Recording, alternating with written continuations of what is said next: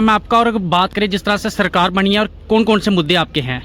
नमस्कार, मैं अनिल शर्मा, एक्स सरपंच हल्का पंचायत बामला, तहसील पौनीबाद, डिस्ट्रिक्ट रियासी। और बामला पंचायत जैसा कि आप जानते हैं कि सबसे बड़ी पंचायत है। एटलीस्ट कोई 8-10 किलोमीटर के एरिया में जो सराउंडिंग्स जो है वो पूरा एरिया कवर करती है। मेरी पंचायत के 11 वार्ड्स हैं, मीन्स के 11 पंच हैं और 8 रेवेन्यू विलेजेस हैं और 8 मेरे पास लंबरदार हैं, चौकीदार हैं 3। तो बहुत बड़ी पंचायत से ताल्लुक़ रखता हूँ। मैं आपको ये बताना चाहता हूँ कि जैसा कि आपको पता है कि जम्मू कश्मीर में इलेक्शन का दौर चला।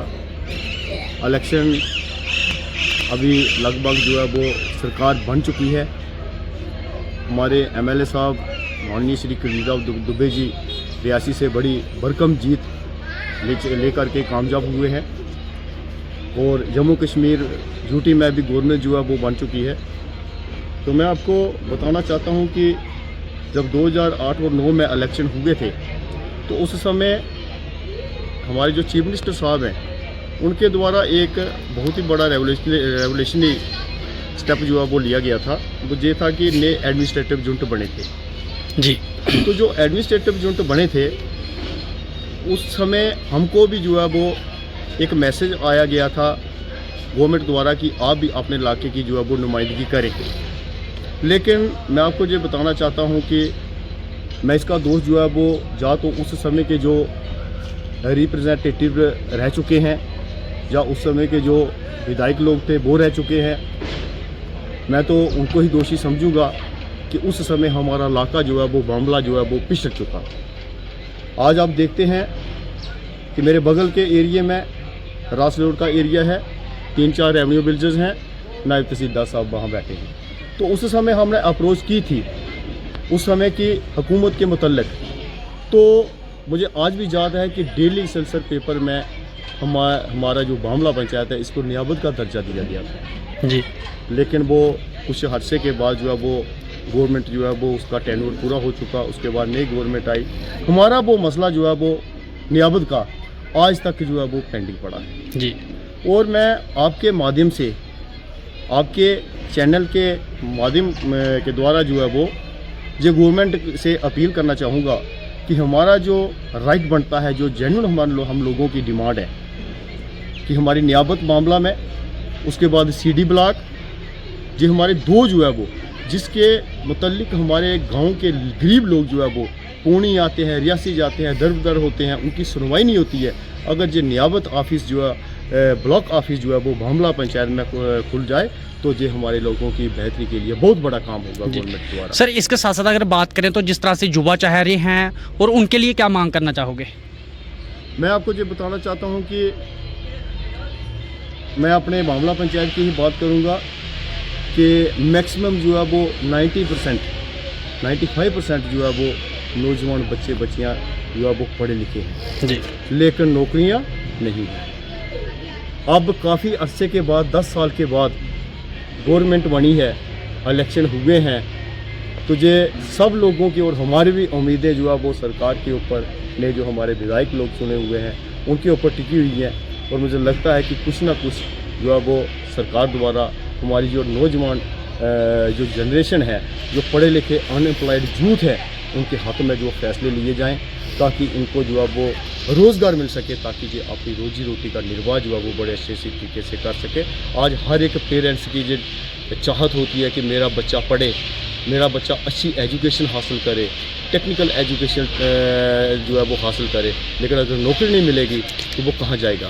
तो ये एक आपके माध्यम से एक गवर्नमेंट से ये बड़ी ज़ोरदार अपील रहेगी बामला पंचायत के सरपंच की तरफ से कि अनएम्प्लॉयमेंट जो मुद्दा है इसके ऊपर जो है वो फोकस किया जाए और मैक्सिमम एम्प्लॉयमेंट जो है वो बच्चों की बेहतरी के लिए, अनएम्प्लॉयड यूथ की बेहतरी के लिए जो है वो प्रदान की जाए जी। उसके बाद मैं आपको एक बात और बताना चाहता हूँ। आज हमारे एमएलए साहब का प्रोग्राम था तो मैंने उधर भी ये मुद्दा हाईलाइट किया है। बड़े सारे बुज़ुर्ग जो है वो ओल्ड एज पेंशन के लिए डिज़र्व करते हैं, लेकिन पीछे कोई 1 साल के तकरीबन ये एक सिस्टम चला आ रहा है महकमे की तरफ से कि जिसका BPL राशन कार्ड होगा तो उसकी जो है वो पेंशन लगेगी। तो आज हमने अपने MLA साहब से भी बात की है और मैं आपके माध्यम से भी महकमे को ये चेताना चाहता हूँ कि जो है वो BPL राशन कार्ड एक ज़बरदस्त जो है वो सर्वे किया जाना चाहिए महकमे की तरफ से। हर एक पंचायत में, हर एक मोड़े में, हर एक गांव में एक टीम मुनक़िद होनी चाहिए। जो लोग फाल करते हैं BPL में उनका BPL जल्द से जल्द बनना चाहिए ताकि गरीब लोगों की जो है वो पेंशन जो है वो स्कीम से जहाँ ये क्राइटेरिया ख़त्म करना चाहिए। ये क्राइटेरिया ख़त्म होना चाहिए। जो ओल्ड एज है तो उसको जो है वो पेंशन मिलनी चाहिए। उसके बाद मैं आपको एक और पॉइंट बताना चाहता हूँ कि अभी गवर्नमेंट बनी हुई है, हमारा सुंदरबनी, हमारा रजौरी का एरिया, ये हमारे लोगों की एक बड़ी ज़ोरदार डिमांड ये है कि एक जो है वो SRTC की या स्मार्ट सिटी जो बसेस हैं वो जो है वो माता वैष्णो देवी के लिए हमारी कॉन्स्टिट्यूंसी भी नहीं बन चुके हैं, हमारे वहाँ के विधायक भी नहीं बन चुके हैं, पहले विधायक बलदेव राय शर्मा जी। तो ये मेरी तरफ से और ये हम जितने भी लोग हैं हम चाहते हैं कि रजौरी से एक जो है वो बस सेवा वो जो है सीधी जानी चाहिए कटरा के लिए, और उसके मतलब जो उसका जो बेनिफिट है वो जितने भी एम्प्लॉय लोग हैं, जो नौकरी पेशे करने वाले लोग हैं, उनको भी बेनिफिट होगा और लोग माता वैष्णो के दर्शन के लिए जो वो आसानी से जा सकेंगे। ये एक बड़ी ज़ोरदार हमारी डिमांड होगी। और मैं आपको एक और बात बताना चाहता हूँ, जैसे कि पिछली सरकार ने, आपने सुना होगा कि रजौरी ज़िले को ST स्टेटस का दर्जा दिया गया था। मैं आपको ये बताना चाहता हूँ कि रजौरी ज़िला इतना डिज़र्व नहीं करता है जितना कि रियासी करता है। आप ऊपर के इलाके में चलिए, उधमपुर से स्टार्ट होइए और सुगड़ी चिसाना तक जाइए, कितना पहाड़ी एरिया है, कितने ज़ोरदार मतलब के पहाड़ हैं, इतने इतने ऊंचे पहाड़ हैं, ST बस्ती भी है, और डिस्ट्रिक्ट रियासी जो है वो क्यों डिज़र्व नहीं करता है। ये मैं आपके माध्यम से ये सेंट्रल गवर्नमेंट को और जम्मू कश्मीर की गवर्नमेंट को ये रिक्वेस्ट करना चाहूँगा कि हमारा जो रियासी डिस्ट्रिक्ट का एरिया है इसको पहाड़ी स्टेटस के लिए वो जल्द से जल्द जो है वो इसको कंसीडर किया जाए। अगर आप रजौरी वालों को, पुंछ वालों को, उनको आप कंसीडर कर सकते हैं तो हमारा इलाका जो है वो पिछड़ा क्यों, ये आपने देखा होगा। और मैं आपको बामला पंचायत की एक बार और बात बताना चाहता हूँ।